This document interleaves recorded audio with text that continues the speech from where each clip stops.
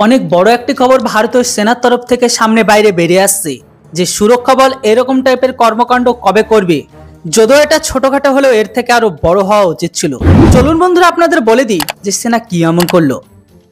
বন্ধুরা, আজ থেকে কয়েকদিন আগে কাশ্মীরের রিয়াসি জেলাতে পুজো দিয়ে ফেরার পথে পুণ্যার্থীদের বাসে পাকিস্তানি শুয়োর ফ্যাক্টরি শুয়োরগুলো যেভাবে হামলা করেছে সেটিকে দেখে পুরো দেশ রেগে যায়। হ্যাঁ, শুধুমাত্র বলিউড আর পিসফুল কমিউনিটিকে বাদ দিয়ে সেনা প্রমুখ মনোজ পান্ডে নিজেই বলেছে যতক্ষণ পর্যন্ত এই ঘটনার সাথে যুক্ত ব্যক্তিগুলোকে ধরা না পড়ছে ততক্ষণ পর্যন্ত না থামবে ইনভেস্টিগেশন, না থামবে এনকাউন্টার। সেনা প্রমুখ সৈন্য আধিকারিক স্পষ্টভাবে বলে দিয়েছে যে বাকি শুয়োরদের হরিফাই করার জন্য সমস্ত ব্যবস্থা যেন নেওয়া হয়, সম্পূর্ণ শক্তপোক্তর সাথে যেন এই অভিযানকে করা হয়। মানে এখানে কথা হচ্ছে কমান্ডোজের। তো দেখুন বন্ধুরা, ভারতীয় সেনা এখানে ছাড় পেতে যে সমস্ত পাখি শুয়োরদের কিভাবে ঠোকাই করেছে।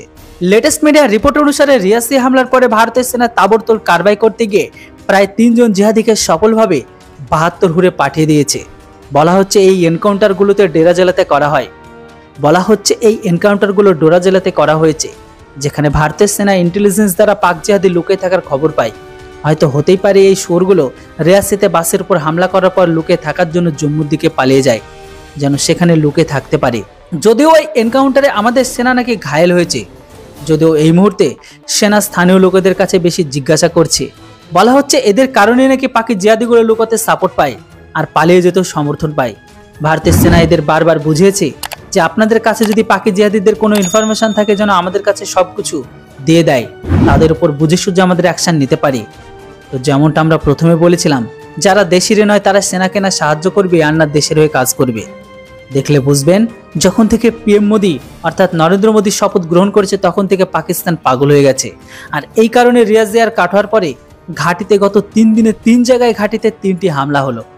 মানে এটাতে এটা স্পষ্ট হয়ে যায় যে কংগ্রেস পার্টির মতো পাকিস্তান কখনোই চায়নি যে নরেন্দ্র মোদীর সরকার ক্ষমতায় আবারও ফেরত আসুক।